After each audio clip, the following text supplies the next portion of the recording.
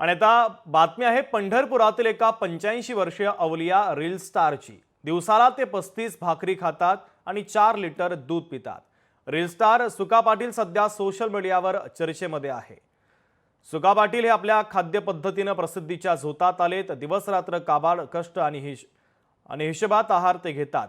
पहाटे 4 वाजता उठून सुका पाटील कामाला लागायचे। आजही आहार कमी झाला असला तरी त्यांची दिनचर्या मात्र बदललेली नाहीये। या रील स्टार सुका पाटील आणि त्यांच्या पत्नीसोबत संवाद साधला आमचे प्रतिनिधी अभिराज उबाळे यांनी।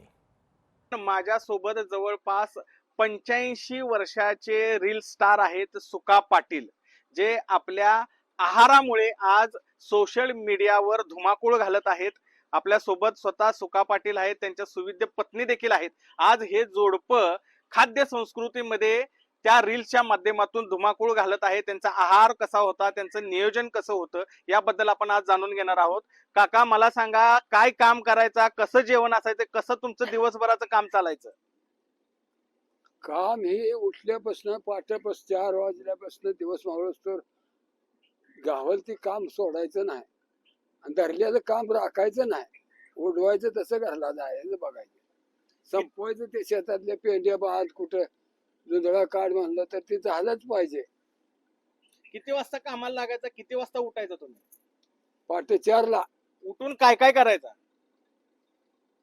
उठून वैरण फिरून पहिला फिरायला टाकायची आणि जुंधळ काढायला हे जायचं।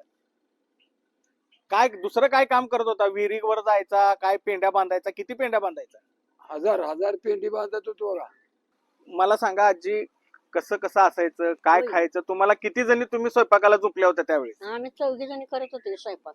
कोण चपात्या करायचं, कोण भाज्या करायचं, कोण काय करायचं, कोण धुणं धुया जायचं, कोण रानात भाकरी घेऊन जायचं, कोण रोजगारी बायासंग जायचं, असं जात होतो आम्ही। किती भाकरी लागायच्या दिवसभरात? आता भाकरी आता काय माप आहे, 5, 7, 8, 10 माणसं घरात, 50-60 भाकर लागायची, काय चपात्या लागायच्या। पाटलांना किती लागायच्या? पाटलाला सकाळपारी 4-5 भाकरी खायच्या सकाळच्या दमाला। 10 वाजता 2-3 दुधात टाकायच्या, पण आता 12 वाजताला 2-3 टाकायच्या दुधात। सांगताना मग काय 10 जणात कसं असेल तसं घरी खायचं। तरी एक 30-40 दिवसात? होय, तेवढे लागत होते। 20 तर लागत होते। डबा घेऊन कोण जायचं? कोण नाही, त्यांच्या संकटच भाकरी द्यायच्या 3 टायमाच्या। आता ह्या वयात आता कसा आहे आहार? आता कसा हार नाही, आता काय तुम्हाला हार सांगू वाटत नाही, पण काय सांगायचं जाऊ तिकडे। आम्ही हाय राहायला घरी गेलो। ही आहे थोरली मुलगी, मोहदात एक दिली, औषध एक दिले, ते आहे त्या सासरवाच्या। ही भाच्यालाच माझी पोरगी दिलेली आहे, म्हणताना इथं आम्ही राहिलोय। आता तब्येत व्यवस्थित असते ह्या वयात? होय, आताच काय नाही, तब्येत व्यवस्थित आहे आमच्या दोघांची।